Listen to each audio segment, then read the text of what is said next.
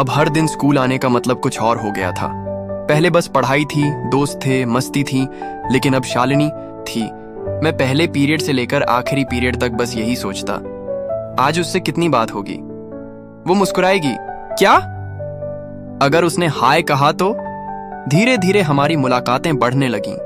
कभी वो होमवर्क पूछ लेती, कभी मैं उससे नोट्स मांग लेता, कभी मैं उसे कोई मजाक सुना देता तो वो हंस पड़ती और मैं दिन भर उसी हंसी को याद करता रहता।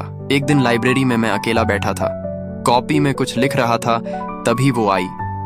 तुम यहाँ अकेले? उसने पूछा। हाँ, कुछ नया पढ़ने आया था। मैंने थोड़ी अकड़ के साथ जवाब दिया ताकि मैं पढ़ाकू टाइप लगूं। मैं भी यहीं बैठूं, जैसे किसी ने मेरे सपनों का दरवाजा खोल दिया हो। हाँ हाँ, क्यों? नहीं, मैं जल्दी से बोला। हम दोनों एक ही टेबल पर बैठ गए। वो अपनी किताब खोलकर कुछ पढ़ने लगी, मैं अपनी किताब खुली रखकर बस उसे देखने लगा। शायद उसने महसूस कर लिया था, मगर उसने कुछ नहीं कहा। वो पन्ने पलटती रही और मैं हर पल अपने दिल की धड़कनों को गिनता रहा। थोड़ी देर बाद उसने कहा, तुम ठीक हो ना? हाँ। तुम? हाँ। फिर चुप्पी, लेकिन वो चुप्पी भी बहुत प्यारी थी। उस दिन के बाद से हम स्कूल में अक्सर एक दूसरे को देखकर मुस्कुरा देते। कभी कभी टिफिन शेयर हो जाता, कभी लाइब्रेरी में बैठना। हम अब दोस्त थे, लेकिन मेरे लिए वो दोस्ती से कहीं ज्यादा थी। और वहीं से मुकुंद की दुनिया ने एक नया रंग पकड़ा, एक ऐसा रंग जो इंक की तरह दिल में घुलता चला गया। अब शालिनी मेरी दिनचर्या का हिस्सा बन चुकी थी। स्कूल की घंटी, उसकी मुस्कान, हमारी छोटी छोटी बातें, सब कुछ जैसे किसी फिल्म के सीन की तरह चलता था। लेकिन एक बात जो नहीं बदल रही थी, मेरी हिम्मत। हर रोज सोचता, आज कह दूंगा, बता दूंगा कि मुझे वो पसंद है, लेकिन हर बार जब वो सामने आती, जुबान साथ छोड़ देती। चंदू ने तंग करते हुए कहा, तू कहीं उस हमेशा दोस्त रहेंगे वाले जोन में ना चला जाए भाई। मैंने हंसने की कोशिश की, पर अंदर कुछ चुभ सा गया। एक दिन क्लास में अंग्रेजी का लेक्चर चल रहा था। सर ने अचानक कहा, एक जोड़ी बनाओ और डायलॉग प्रैक्टिस करो। लड़का लड़की की जोड़ी हो। उसने हमें रोमियो एंड जूलियट पढ़ाया था। किस्मत की बात, शालिनी ने मेरी तरफ देखा और मुस्कुरा दी। तुम्हारे साथ कर लूं? उसने कहा। मैं अंदर से तो उड़ गया, पर बाहर बस इतना बोला, हाँ क्यों नहीं। डायलॉग प्रैक्टिस करते हुए जब मैंने कहा, जूलियट आई लव यू, तो पूरे क्लास में हंसी गूंज गई। लेकिन मैं उस हंसी में नहीं था, क्योंकि मैं जानता था उस लाइन में जो झिझक थी वो असली थी। शालिनी ने हल्के से मुस्कुराकर कहा, गुड एक्टिंग। काश वो एक्टिंग नहीं होती। उस दिन के बाद मैं थोड़ा चुप हो गया। डर लगने लगा था कि कहीं ये दोस्ती भी ना छिन जाए। क्या हो अगर मैं कह दूं और वो दूर हो जाए? मन कहता था, अब और इंतजार नहीं। दिल कहता था, थोड़ा और रुक जा, शायद वक्त सही नहीं है। शालिनी अब भी वैसे ही हंसती थी, वैसे ही बातें करती थी, लेकिन अब मैं हर पल सोचता था, क्या वो भी मेरे बारे में ऐसा ही सोचती है? अब हमारी दोस्ती को कई हफ्ते हो गए थे। शालिनी और मैं अब खुलेआम बातें करते, लाइब्रेरी में साथ बैठते, लंच शेयर करते।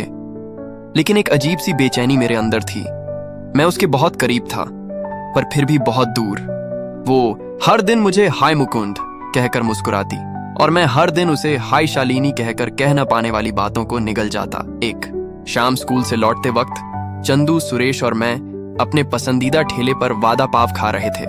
चंदू बोला, मुकुंद बहुत हुआ, अब अगली बार जब वो अकेली मिले तो बोल देना, और अगर उसने मना कर दिया तो? मैंने डरते हुए कहा। सुरेश बोला, भाई डर के आगे मोहब्बत होती है। सब हंस पड़े, लेकिन मेरे दिल की धड़कनें और बढ़ गईं। अगले दिन एक चमत्कार हुआ। शालिनी क्लास में नहीं आई थी। फिर ब्रेक में उसने मुझे स्कूल की किताबें पकड़वाते हुए एक छोटा सा नोट भिजवाया। मुझे थोड़ी तबीयत ठीक नहीं लग रही, लेकिन तुमसे बातें मिस कर रही हूं, कल मिलते हैं। मेरे होश उड़ गए। क्या उसने लिखा, बातें मिस कर रही हूं? क्या इसका मतलब कुछ और था, या मैं ही ज्यादा सोच रहा था? अगले दिन जब वो आई तो वही मुस्कान, वही सादगी। कैसे हो? उसने पूछा। तुम्हें देखकर ठीक हो गया, ये मैंने मन में कहा। जुबान पर आया बस ठीक हूं, तुम कैसी हो अब अच्छा लग रहा है। हम दोनों एक दूसरे को कुछ सेकंड तक देखते रहे और फिर वो हंसी। उस हंसी में एक भरोसा था, एक अपनापन था और शायद एक छोटी सी उम्मीद भी। उस दिन स्कूल जल्दी छूटा, बारिश होने लगी थी, वो भी हल्की हल्की संगीत जैसी। हर कोई छतरी खोलकर भाग रहा था, लेकिन मैं रुका था क्योंकि वो आ रही थी, शालिनी, भीगती हुई, बालों से पानी टपकता हुआ, आंखों में वही चमक, जैसे बारिश भी उसे छूकर मुस्कुरा रही हो। अरे, छतरी नहीं लाए? उसने पूछा। लाया था, पर तुम भीग रही थी तो सोचा मैं भीग लूं। वो हंसी। फिल्मों के डायलॉग मत मारो, मैं मुस्कुराया। अगर ये फिल्म होती तो तुम हीरोइन होती और मैं वो जो कभी अपने दिल की बात नहीं कह पाता। वो चुप हो गई।